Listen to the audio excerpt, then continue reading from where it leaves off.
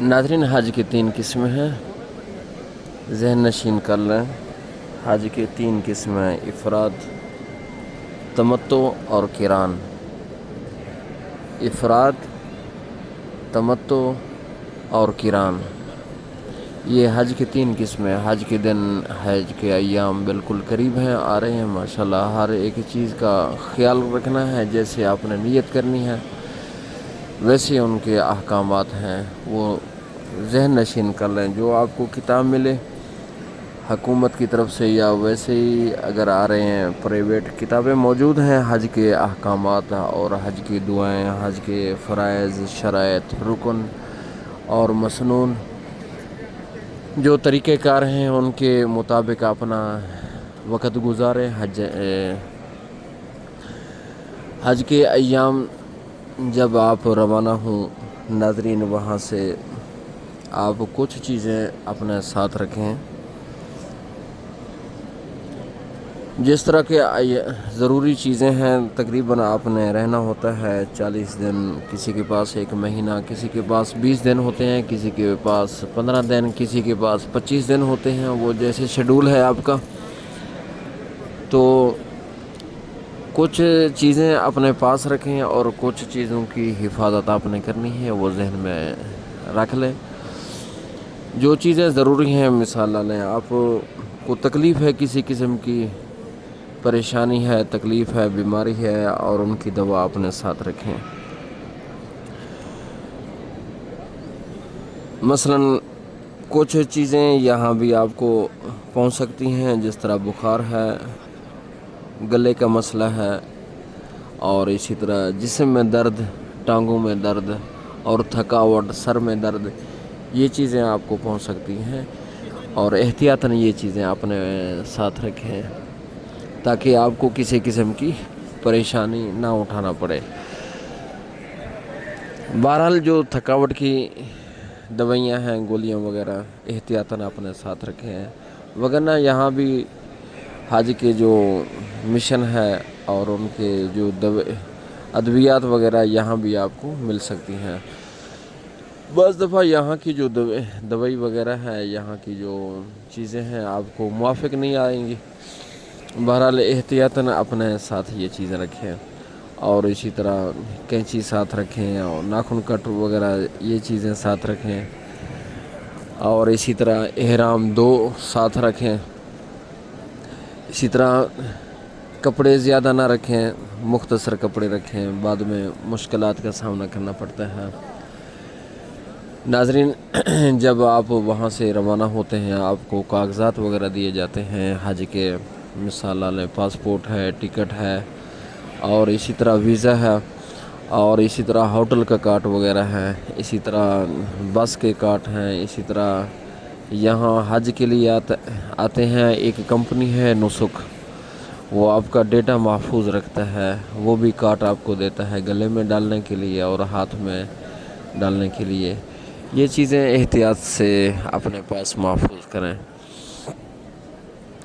ناظرین، اللہ رب العزت آپ کو حج کے لیے بلائے، آپ کو لے کے آئے، اور ان چیزوں کا خاص خیال رکھنا ہے۔ جو کاغذات ہے،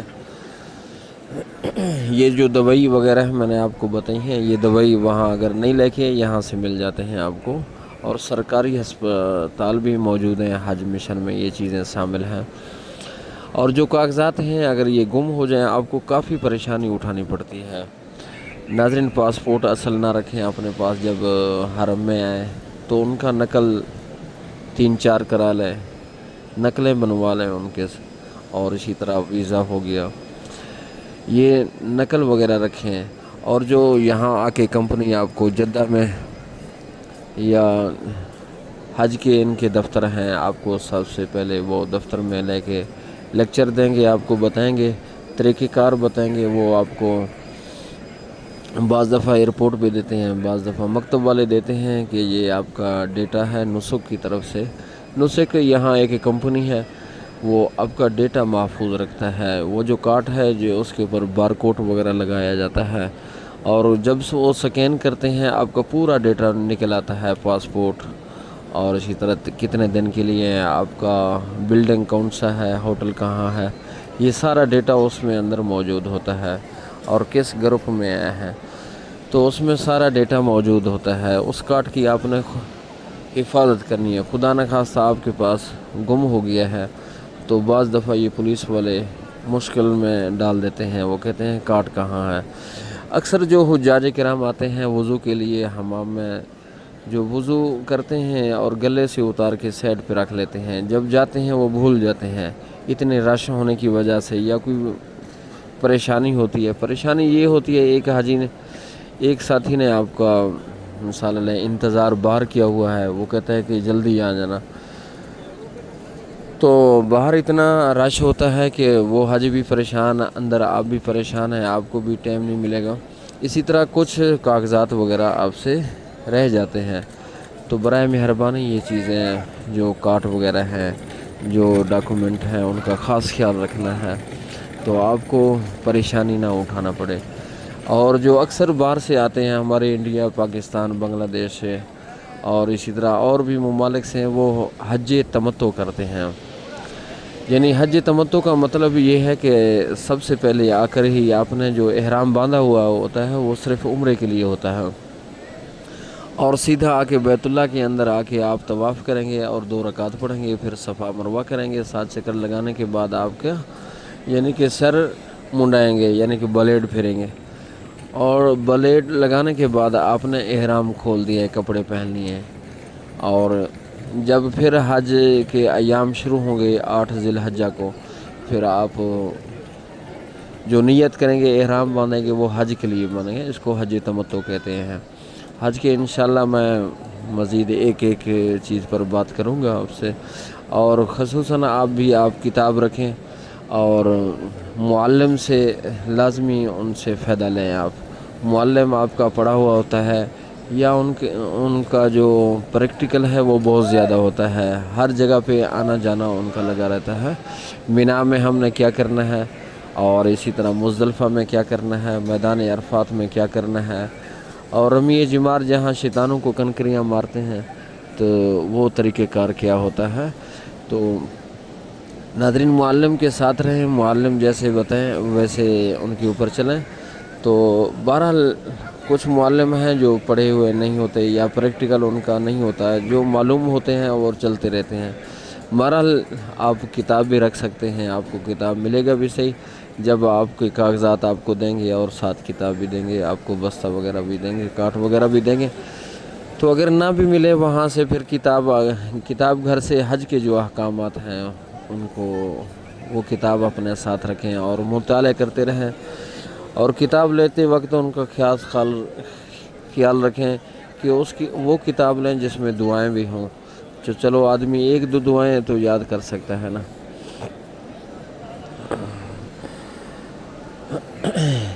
اور اگر پڑھے ہوئے ہیں تو دعائیں خصوصاً یاد رکھیں، اور بعض دفعہ حجاج کرام آتے ہیں ان کو تلبیہ بھی صحیح طریقے سے نہیں آتا۔ اگر کوئی حج کے لیے آپ کا دوست احباب کو تیار ہے، ان کو تلبیہ لبیک اللہم لبیک یہ یاد کریں، مکمل دعا ہے۔ جب آپ احرام باندھیں گے، جہاں سے شروع ہوں گے، یعنی کہ ملتان سے، فیصل آباد پاکستان سے، جہاں ملک ہے آپ انڈیا پاکستان، یا جہاں سے آپ ایئرپورٹ سے احرام آپ نے باندھا ہے یا رستے میں باندھا ہے، وہاں سے تلبیہ آپ نے کہنا ہے، یہ بھی لازمی ہے۔ اور مرد حضرات اونچی آواز سے، عورتیں ذرا سلو آواز سے، اپنی آواز سے تلبیہ پڑھیں گے۔ تو یہ چیزیں مطلب یہ ہے میرا بتانے کا کہ یہ چیزیں کچھ یاد کر لیں، کچھ ذہن میں بٹھا لیں تاکہ آپ کو فائدہ ہو۔ اتنے پیسے لگا کے آ رہے ہیں اپنا گھر وطن سب کو چھوڑ کے، اور حج کا جو نظام ہے وہ تھوڑا سا مشکلات ہے۔ اللہ رب العزت سے دعا کرتے ہیں آپ کے حج کو اللہ پاک آسان فرمائے، آپ کو ہر مشکل کو آسان فرمائے، اور ہر مشکل میں اللہ پاک آپ کو صبر بھی دے اور اس پر اجر بھی دے۔ ناظرین، بتانے کا مقصد یہ ہے کہ آپ دور دراز کا سفر کر کے، بھوک پیاس وغیرہ برداشت کر کے اللہ پاک کے گھر میں آتے ہیں، مہمان بن کر آتے ہیں۔ یہاں کچھ آنے کا ایک مقصد ہے، ضرور وہ مقصد اپنے ساتھ رکھیں، اور بے مقصد یہ نہ کہ جیسے ہیں ویسے چلے جائیں، تو یہ بھی فائدہ نہیں ہے۔ آپ جس طرح آ رہے ہیں اور ویسے بھی آپ چلے جائیں، تو یہ چیزیں ذہن میں رکھیں۔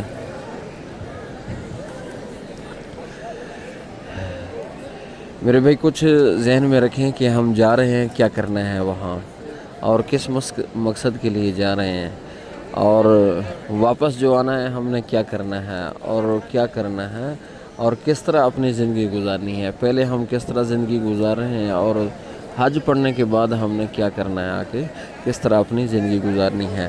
کچھ یہ چیزیں ذہن میں رکھیں، انشاءاللہ کچھ ٹارگیٹ ہوگا، کچھ نشانہ ہوگا، آپ پہنچیں گے انشاءاللہ۔ آپ کو کچھ نشانہ ہی نہیں ہے خاص، یہاں آ کر صرف 7 چکر لگانے ہیں، اور صفا مروہ کے بھی 7 چکر لگانے ہیں۔ جس طرح نماز وہاں پڑھ رہے تھے یہاں بھی ویسے پڑھ لیا، ویسے رکوع سجدہ کر لیا، تو جیسے ہے اور ویسے چلے گئے، یہ فائدہ نہیں ہے، یہ بہت بڑا نقصان ہوتا ہے میرے بھائی۔ یہاں اللہ رب العزت کا گھر ہے، اور جتنے بھی دن آ رہے ہیں یہ مہمان بن کے آ رہے ہیں، اللہ پاک کے مہمان ہیں۔ یہاں مانگیں اللہ پاک سے، اپنے گناہوں، اپنے خطا اور غلطیوں کے بارے میں اللہ رب العزت سے کہیں کہ یا اللہ ہم تو خطا گار ہیں، ہم سیاہ کار ہیں، ہم گناہ گار ہیں، تجھ سے معافی مانگنے کے لیے ہے۔ اگر بے نماز ہیں اور اس کے بعد ایسی توبہ کریں کہ نماز بھی قضا کریں اور ساتھ ساتھ نمازی بن جائیں، مسجد میں جا کے جماعت کے ساتھ نماز پڑھیں۔ حج پڑھنے کا کچھ فائدہ تو ہونا آدمی کو۔ کتنے حجاج کرام ہیں جو حج پڑھ کے یا عمرہ کر کے جیسے پہلے تھے ویسے ہی بن جاتے ہیں میرے بھائی، اور کتنا نقصان ہوتا ہے۔ اور جس طرح ہم پہلے نماز نہیں پڑھتے تھے، بعد میں بھی نماز ویسے نہیں پڑھتے، کبھی پڑھ لیا کبھی چھوڑ دیا، کبھی صبح کی پڑھ لی، کبھی مغرب کی پڑھ لی، کبھی سب چھوڑ دیے، جب اپنا کام ہوا تو چھوڑ دیے۔ یہ تو میرے بھائیو فائدہ تو نہیں ہے نا۔ اصل تو فائدہ یہ ہے کہ انسان اللہ رب العزت کے گھر کو دیکھ کے تو فوراً ہی انسان اللہ رب العزت کو گھر کے دیکھ کے کہ انسان اپنے آپ کو بھی زندگی اپنی نہ بدلے تو کتنا بڑا نقصان ہوتا ہے میرے بھائی۔ دنیا کا بھی نقصان ہے اور آخرت کا بھی نقصان ہے۔ اور یہاں کی کوشش کریں میرے بھائی، سب گناہوں کا توبہ استغفار کریں۔ اور میں بتا رہا تھا حج کے جو 3 قسمیں ہیں نا، افراد، تمتع اور قران۔ نبی کریم صلی اللہ علیہ وسلم نے اپنے زندگی مبارک میں ایک ہی حج فرمایا ہے، وہ ہے قران۔ آپ صلی اللہ علیہ وسلم نے حج قران فرمایا ہے۔ اور اسی طرح نبی کریم صلی اللہ علیہ وسلم نے، علماء فرماتے ہیں کہ 4 عمرے کیے ہیں۔ بہرحال محبوب دو جہاں صلی اللہ علیہ وسلم کا سجدہ تمام انبیاء علیہ الصلوۃ والسلام کے جو سجدے ہیں، امتی ایک ساری زندگی میں سجدے میں رہے تب بھی محبوب دو جہاں صلی اللہ علیہ وسلم کے سجدے کے برابر نہیں ہو سکتا۔ اور اسی طرح نبی کریم صلی اللہ علیہ وسلم کا جو عمرہ ہے یا حج ہے، ساری زندگی ہم عمرے کرتے رہے ہیں، ساری زندگی ہم حج پڑھتے رہے ہیں، لیکن محبوب دو جہاں صلی اللہ علیہ وسلم کے ایک قدم مبارک جہاں یہ جو طواف ہو رہا ہے یہاں لگا ہے، ہم اس کا مقابلہ نہیں کر سکتے۔ ان کا اجر، ان کا مقام کوئی امتی نہیں پہنچ سکتا میرے بھائی۔ بس محبوب دو جہاں صلی اللہ علیہ وسلم کے تابعدار ہم بنیں۔ محبوب علیہ الصلوۃ والسلام نے جس طرح عمرہ فرمایا ہے اور ویسے ہی عمرہ کریں۔ محبوب دو جہاں صلی اللہ علیہ وسلم نے جیسے حج فرمایا ہے ویسے حج ادا کریں، تو پھر اپنی زندگی میں دیکھیں کتنے برکات آئیں گے، کتنے رحمتیں آئیں گے، کتنے برکتیں آئیں گے، تو انشاءاللہ پھر اس کا فائدہ بہت ہی زیادہ ہوتا ہے۔ اور کوشش کریں یہاں آ کر ہر چیز کا خیال رکھیں، ادب و احترام کریں۔ یہاں جو انتظامیہ ہے، یہاں کا جو انتظامیہ ہے بعض دفعہ وہ محسوس ایسے ہوتا ہے کہ ہم سے تھوڑا سا سخت لہجے میں بات کر رہے ہیں۔ ناظرین، یہاں آدمی یہ جو انتظامیہ ہے، پولیس والے ہیں، شرطے جن کو کہتے ہیں، یہاں 8 گھنٹے کھڑے رہتے ہیں بیچارے، ہر ایک حاجی کے ساتھ بات کرنی ہوتی ہے، تو بعض دفعہ یعنی کہ انسان کا جو دماغ ہے وہ بھی کام کرنا چھوڑ جاتا ہے. ہر حاجی کو بتانا ہے حاجی ادھر نہیں بیٹھو, حاجی ادھر چلے جاؤ, یہ بیٹھنے کی جگہ نہیں ہے, یہ نماز پڑھنے کی جگہ نہیں ہے. اسی طرح رستوں پر نہیں بیٹھیں اور ان کے ساتھ تعاون کریں, اور ان کے ساتھ جیسے یہ آپ کو بتائیں ویسے عمل کریں, اس میں خیر ہوتی ہے. بعض دفعہ حجاج کرام کے ساتھ پھر کہتے ہیں کہ بدتمیزی بھی کرتے ہیں, تو ایسی بات نہیں ہے. تو ان کے ساتھ تعاون کریں, وہ آپ کے ساتھ تعاون کریں گے. ان کو جیسا مثال پیچھے آرڈر ہوتا ہے کہ یہ چیزیں مکمل کریں, پہلے سمجھ لیں, پہلے صف مکمل کریں, پھر دوسری صف ہے, پھر تیسری صف ہے, اسی طرح صفیں مکمل کریں. تو آدمی تو چاہتا ہے کہ میں جہاں بیٹھا ہوں مجھے کوئی ہلائے نہ, مجھے کوئی تنگ نہ کرے, مجھے کوئی اٹھائے نہ. بعض دفعہ جو چیزیں ہوتی ہیں, جس طرح یہ طواف چل رہا ہے, یہاں مرد اور خواتین اکٹھے طواف کر رہے ہیں. یہ جو جگہیں بنائی گئی ہیں جس طرح ہم بیٹھے ہیں, یہ جو حواجز وغیرہ لگے ہیں یہ سامنے, یہ بیٹھنے کی جگہ ہے. جس طرح یہ حجاج کرام بیٹھے ہیں نماز پڑھ رہے ہیں, اگر ایک آدمی چاہتا ہے کہ میں اس سے آگے جا کے نماز پڑھوں, یہ صاف ظاہر خلل آئے گا. جو طواف کر رہے ہیں ان میں تنگی آئے گی, پریشانی آئے گی. تو اسی طرح جہاں یہ مردوں کی جگہ ہے, جہاں ہم کھڑے ہیں, میں کھڑا ہوں, یہ مردوں کی جگہ ہے. یہاں خواتین اگر آ کے بیٹھ جائیں وہ منع کریں گے, بھیا یہ مردوں کی جگہ ہے, عورتوں کی جگہ انہوں نے الگ بنائی ہے, وہاں جا کے بیٹھیں. یہ چیزیں ہیں. بعض دفعہ جو رستے کے اوپر چل رہے ہیں تو وہاں حاجی بیٹھ جاتے ہیں, یا نماز کا وقت ہوتا ہے, رستے پر نماز پڑھا, اور فرض نماز کے لیے تو کچھ نہیں کہتے. جب کھڑی ہو گئے یعنی کہ نماز ادا ہو رہا ہے, فرض نماز ادا ہو رہا ہے, تو آپ رستے پر چلتے چلتے آپ نماز کی نیت کر کے کھڑے ہو گئے. جب سلام پھر گئے صاف ظاہر وہ کہیں گے اٹھ جائیں, یہ رستہ ہے. آپ کہیں گے یار ہمیں سنتا بھی نہیں پڑھنا دیتا.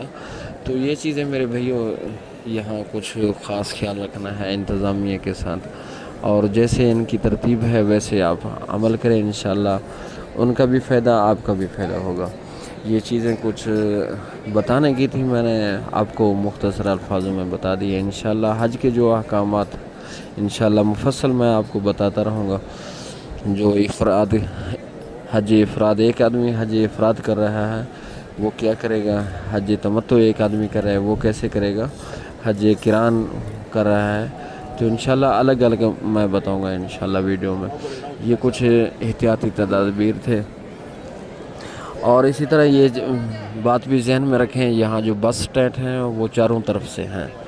مکہ المکرمہ جہاں میں کھڑا ہوں نا, اس کے چاروں طرفوں بس کے اسٹینڈ بنے ہوئے ہیں. تو الگ الگ ان کے مثالیں بلڈنگوں کے ہیں. مثالیں ایک عزیزیہ ہوگا, ایک خدئی ہوگا, اسی طرح ایک غزہ ہوگا, ایک جرول ہوگا. یہ بس کی اسٹینڈ ہیں, یعنی کہ بسوں کے اڈے ہیں. تو آپ نے ذہن میں رکھنا ہے کہ ہم نے کون سے بس اڈے پہ پہنچنا ہے, وہ بھی کسی سے پوچھ لینا ہے. تو انشاءاللہ آپ کو پوچھیں گے, انشاءاللہ آپ کو فائدہ ہوگا. تو بہرحال بسیں تو 24 گھنٹے ان کی سروس جاری و ساری رہتا ہے, لیکن یہ آپ نے خود سمجھنا ہے کہ میں کون سے بس اسٹینڈ پہ پہنچنا ہوں. یہ 4 جو بس اسٹینڈ ہیں یہ مشہور ہیں, تو یہ کم از کم ذہن میں کر لیں. ایک خدئی ہو گیا, دوسرا عزیزیہ ہو گیا, پھر عزیزیہ میں شمالی یا جنوبی الگ الگ ہیں, یہ بھی ذہن میں رکھیں. اور اسی طرح غزہ ہو گیا, اسی طرح جرول ہو گیا. یہ بہت بڑی یعنی کہ بسیں ہیں, بسوں کے اڈے ہیں. تو یہ ذہن میں رکھنا ہے آپ نے کون سے بس اسٹینڈ پہ جانا ہے. بعض دفعہ حاجی حضرات یہاں آ کے پوچھتے ہیں کہ یار ہم نے جانا ہے